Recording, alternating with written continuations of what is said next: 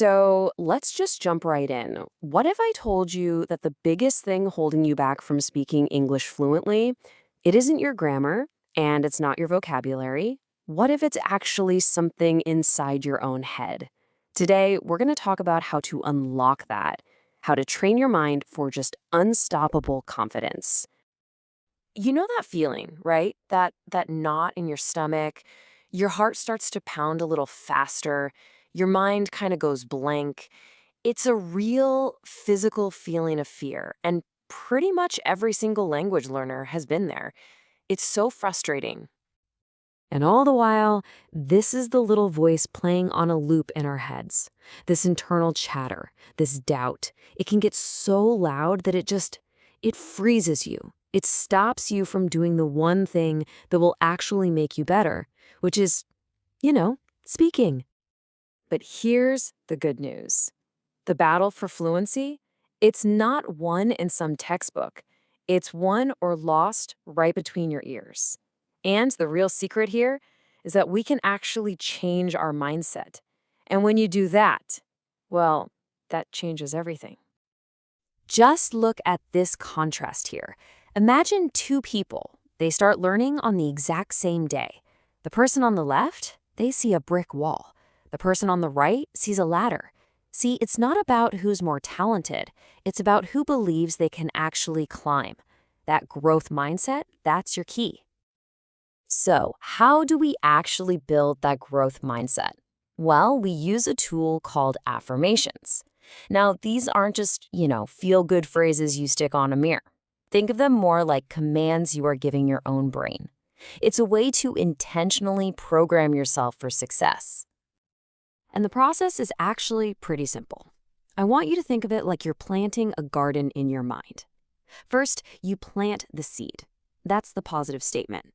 Then, you've got to water it every single day, right? You do that by repeating it and really feeling it. And over time, that tiny seed grows into this powerful new belief that starts to shape your reality. Okay, so let's get practical. Let's put this into practice. Our very first pillar is all about targeting that huge hurdle for most people, having the confidence to actually open your mouth and speak. This is such a game changer. We get so caught up trying to be perfect that we just end up being silent. But confidence, it's not about having flawless grammar. It's about having the courage to speak anyway, the courage to try and connect with someone. It's really all about being brave. Just think about how a little kid learns to talk. I mean, they make thousands of mistakes, right? But we don't call them failures. We call it learning. This affirmation helps you see your own mistakes in the same way, not as a sign of weakness, but as proof that you're in the game, you're trying, and you are growing. All right, next up, let's build on that foundation of bravery. Pillar 2 is about forging that deep, underlying belief system that's going to carry you through the whole journey, long after that initial excitement wears off. A great athlete doesn't dread a tough opponent. They actually see it as a chance to get stronger. It's the exact same with language. When you hit a really tricky grammar point or a confusing conversation, this mindset helps you think, okay, awesome. This is where the real growth happens. And this is so important to remember.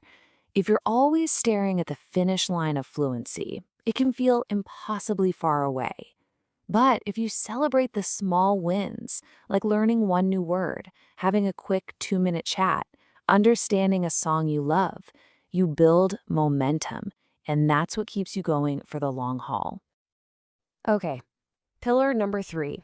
Let's tackle the big one, the fear of making mistakes. This is, hands down, the number one thing that keeps learners silent. And affirmations? They are the perfect tool to just kind of diffuse its power. Just let that one sink in for a second. Trying and getting it a bit wrong is so much better than not trying at all. Every single word you attempt to say, every sentence you try to build, that's a little victory against silence, and it's a step toward fluency. Fear wants you to be quiet. Your courage wants you to speak. And this leads to a pretty surprising truth. Confidence isn't about not having fear. It's the result of acting even when you're scared. It's a muscle. You don't wait for the fear to go away before you lift the weight. No, you lift the weight, and that's what makes you stronger, and it makes the fear feel a whole lot smaller.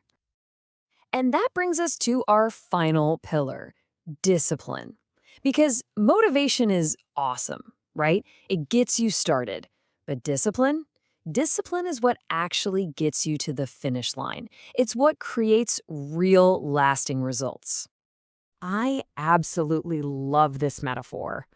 Motivation is that exciting spark, that burst of energy when you first start. But it flickers, and it can fade. Discipline, on the other hand, is the habit. It's the commitment you make to just show up, even for 10 or 15 minutes, on the days you really don't feel like it. That steady flame, that's what leads to mastery. This right here is a total game changer. We usually think we need to feel motivated before we do something, but honestly, it's the other way around. Action creates motivation. The secret is to just start. Seriously, just commit to 5 minutes. So often, once you actually begin, the motivation shows up. You create it by taking that first step. Okay, so we've covered the what and the why. Now for the really important part, the how. This is your simple, actionable plan to turn all these ideas into a real-world habit, and you can start today. And you know, the best part is just how easy this is to fit into your day. We're not talking about adding hours of work. It's literally a 5-minute mental workout. You start your day with power, you give yourself a quick boost right when you need it, and you end your day programming your mind for success while you sleep. Anyone can do this. And really, this is what it all comes down to. Feeling inspired after listening to this is great, but that feeling, it's temporary. The real magic happens when you take that little spark of inspiration and you turn it into one small, simple action. That's the bridge that takes you from knowing something to actually doing it. So I want you to think of the end of this explainer not as a conclusion, but as a starting line. This is the moment.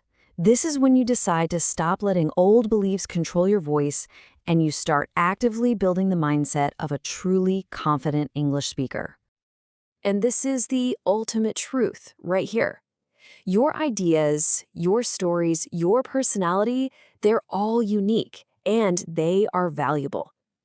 English is just the tool that lets you share them with more of the world. And believe me, that world is ready to listen. So, I'll leave you with that question.